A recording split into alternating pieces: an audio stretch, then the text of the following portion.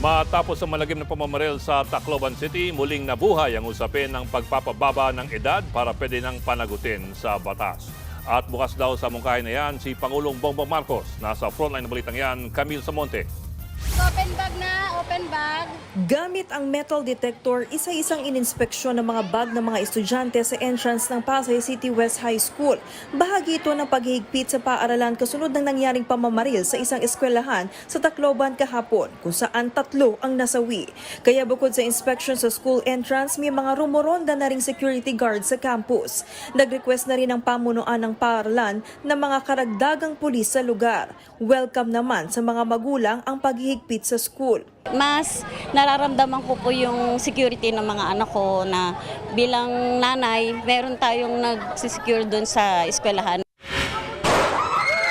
Kasunod ng pamamaril sa isang paaralan sa Tacloban City, muling nabuhay ang debate sa pagpapababa sa edad na pwede nang managot sa batas ang mga menor de edad o yung tinatawag na juvenile justice.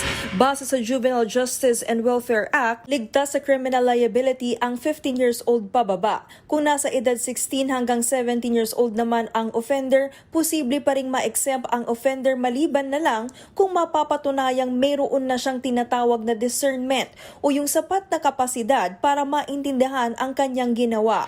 Ayon sa Juvenile Justice and Welfare Council, sa family court kakasuhan ang 15 anyos na suspect. Depende sa kalalabasan ng investigasyon, pero hindi raw basta-bastang idediretso sa kulungan kung first-time offender ito. Magpo-pronounce siya na guilty nga yung bata, pero hindi niya agad papatawan ng sentensya ng pagkakakulong. Kung first time ito ng bata na ginawa at hindi pa siya naka-avail dati ng suspended sentence, isususpend po yung sentence. So hindi mo na siya ilalagay sa kulungan, ilalagay po siya sa tinatawag nating Regional Rehabilitation Center for Youth. Pag siya po ay na-rehabilitate, maaari pong ma-dismiss yung kaso. Sa kaso ng Tacloban shooting, hahawakan muna ng DSWD ang kustodiya ng 15 anyos na offender, habang ang 14 anyos niyang kasabwat yung isa naman po ay mandatorily na makocommit po sa Child Protection Facility ng DSWD. Hindi po natin sila anuhin since the nature of their offense is grave. All indications point to the fact na na-plan po talaga.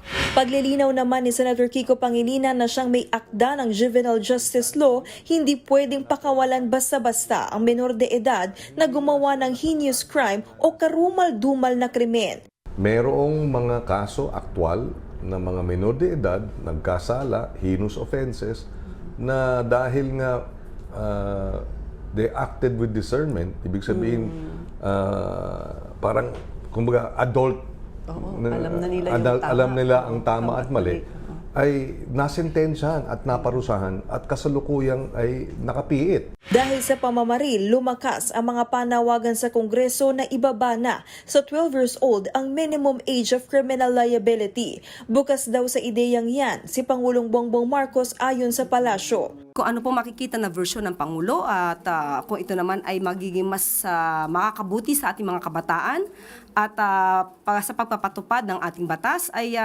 sasang-ayunan naman po ng Pangulo yan. Maging ang PNP, suportado ang pagpapababa sa age of criminal liability.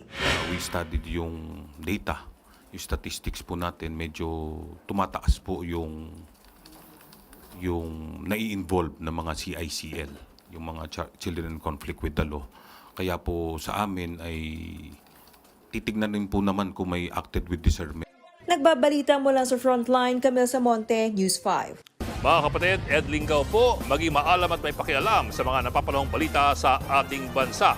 Para sa mas malilimang pagtalakay at paghimay sa mga issue at headlines, mag-follow at mag-subscribe sa social media pages ng News 5.